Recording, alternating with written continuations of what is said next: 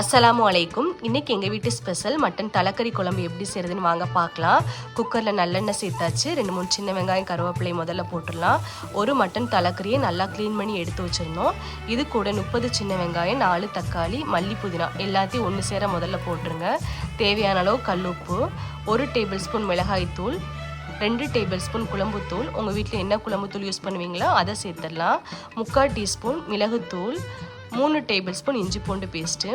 இதான் ஒரு மட்டன் தலைக்கறிக்கு தேவையான அளவு மசாலா. இது சேர்த்தாலே கிரேவி கரெக்டாக இருக்கும். இப்போ எல்லாத்தையும் நல்லா மிக்ஸ் பண்ணி விட்டுருங்க. ஒரு முடி தேங்காய் நல்லா கட்டியாக பால் எடுத்து வச்சுருந்தோம், அதை சேர்த்துடலாம்.